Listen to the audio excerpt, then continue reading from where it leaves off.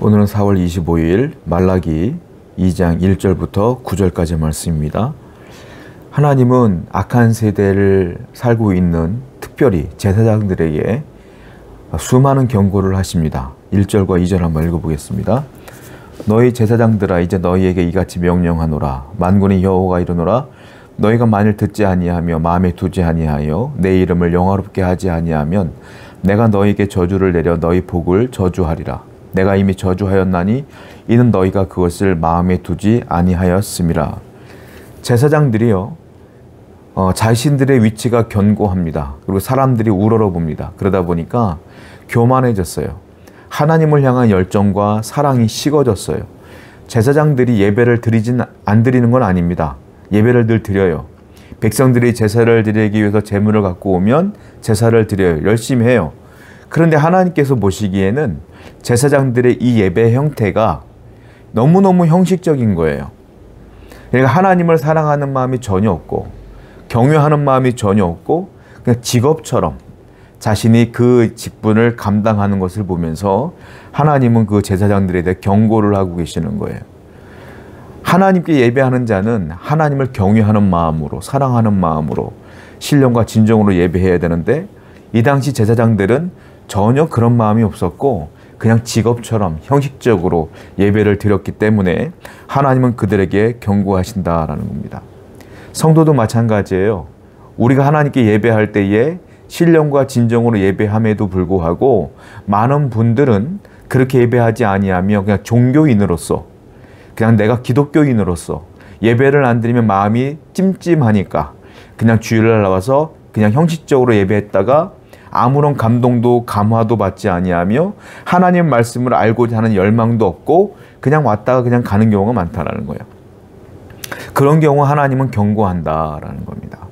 하나님께 예배하는 모든 분들은 신령과 진정으로 여호와를 경외하는 마음으로 예배를 드려야 되는데 이 신령과 진정으로 예배하는 사람들이 왜 그렇게 예배를 드리냐면 그 마음 가운데 하나님을 사랑하는 마음이 있기 때문에 그렇게 드린다는 거예요.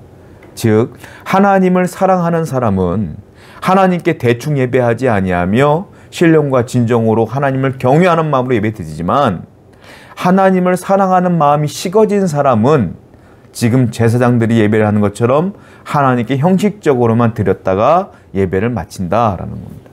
여러분들의 예배는 어떻습니까? 하나님을 정말로 사랑한다면 하나님의 말씀에 귀를 기울이며 열정을 가지고 하나님을 경외하는 마음을 갖고 지금도 예배해야 될 줄로 믿습니다. 5절과 6절 한번 읽어볼게요. 레위와 세운 나의 언약은 생명과 평강의 언약이라 내가 이것을 그에게 준 것은 그로 경외하게 하려 함이라. 그가 나를 경외하고 내 이름을 두려워하였으며 그의 입에는 진리의 법이 있었고 그의 입술에는 불의함이 없었으며 그가 화평함과 정직함으로 나와 동행하며 많은 사람을 돌이켜 죄악에서 떠나게 하였느니라. 레위에게 하나님께서 언약한 것이 있다는 겁니다. 레위와 세운 나의 언약은 어떤 언약이냐면 생명과 평강의 언약이라 하나님은 그 얘기를 하고 계셔요. 자, 제사장들은 레위 지파 사람들이잖아요. 그 레위 지파 사람들인 제사장들이 예배를 등한히 하는 것을 보고 하나님은 바로 그들을 징계하지 않아요. 왜냐하면 5절 말씀 보니까 레위와 세운 나의 언약이 있기 때문이다 라고 말씀하셔요. 이 언약이 뭐냐면 민수기 25장 11절부터 13절을 보게 되면 광야에 있을 때 비느하스와 레위 사람들이 하나님께 정말로 많은 헌신을 합니다. 그때 하나님께서 그들에게 복을 주시며 언약을 하시는데 그 언약이 뭐냐면 내가 너희들과 생명과 평화의 언약을 하겠다라고 말씀을 하셨어요. 그렇기 때문에 시간이 흘렀음에도 불구하고 하나님은 신실하신 분이며 성실하신 분이며 언약을 지키시는 하나님이기 때문에 이 레위 사람들과 세운 언약 때문에 내가 다시 한번 너희들에게 경고만 한다. 돌아와라. 다시 한번 예배를 잘 드려라 라고 말씀하시는 거예요. 그 언약의 내용은 뭡니까? 생명과 평강의 언약이라. 자, 이 하나님께서 레위 사람들과 하신 그 생명과 평강의 언약의 목적이 있어요. 그것은 무엇이냐? 여호와를 경외하게 하는 목적이 있는 거예요. 하나님을 예배하게 하려는 목적이 있는 거예요. 그런데 지금 세월이 흘러서 그 언약을 세운 당사자인 그 레위 지파 사람들이 하나님께 예배하는데 제대로 예배하지 않으니 하나님께서 얼마나 속상하시겠느냐라는 거죠. 여러분, 성도는 오늘날 우리가 바로 하나님의 제사장이요 레위인 아니겠습니까? 하나님을 예배하는 자들 아니겠어요?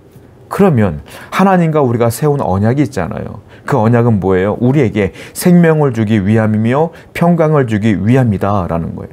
그렇다면 우리도 또한 하나님과 세운 이 언약을 통하여 주위에 있는 사람들에게 생명과 평강을 주기 위하여 우리가 이 언약을 흘려보내는 자가 되어야 되며 그들에게 주의 복음을 증거하는 자가 되어야 된다. 그래서 모든 이가 다 여호와를 경외하는 자의 그 자리까지 나갈 수 있도록 우리가 함께 해야 되지 않겠느냐라는 거예요. 오늘도 이 사실을 기억하여 하나님과 세운 언약을 기억하여 진정한 예배자가 되시며 그 언약을 많은 사람들에게 증거함으로 또 그 사람들도 함께 예배하는 자리까지 인도하는 하나님의 귀한 백성이 되기를 축원드립니다. 7절입니다. 제사장의 입술은 지식을 지켜야 하겠고 사람들은 그의 입에서 율법을 구하게 되어야 할 것이니 제사장은 만군의 여호와의 사자가 됨이거늘. 제사장의 입술과 제사장의 지식이 나와요. 무슨 말이에요? 제사장의 지식은 뭐냐면 하나님의 말씀을 올바로 알고 있는 말씀에 대한 지식입니다.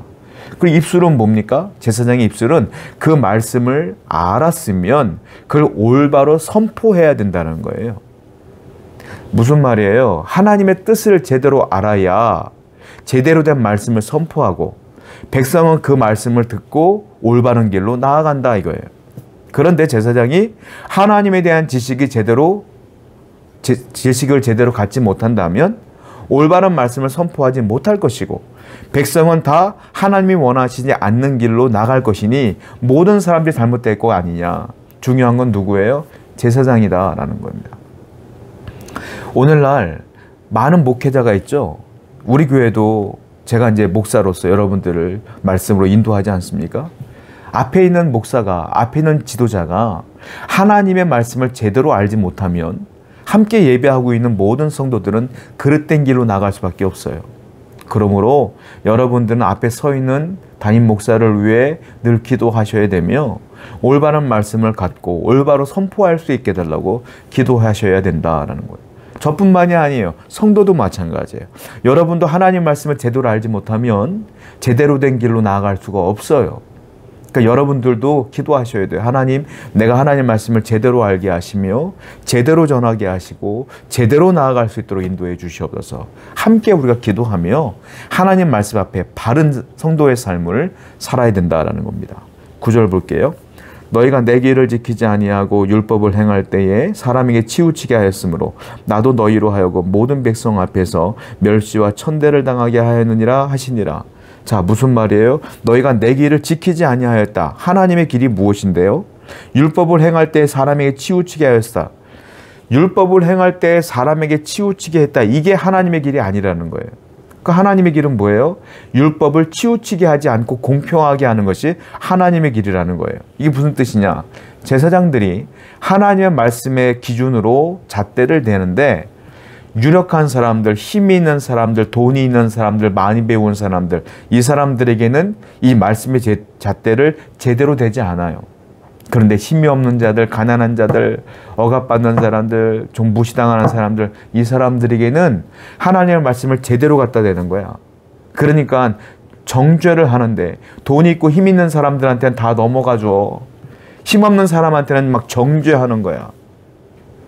그러니까 이것은 하나님의 뜻이 아니다라는 거예요. 하나님의 말씀은 하나인데 왜 나누어서 판단을 하느냐? 공평하게 판단을 해야 된다는 거예요. 성도는 하나님 앞에 다 공평합니다. 하나님 말씀 앞에 목사나 평신도나 다 똑같은 거야. 다 하나님 말씀 앞에 죄면 다 죄인 거지. 어떤 사람은 힘이 있고 유력하니까 그 사람들 넘어가 줍니까? 그런 거 아니에요.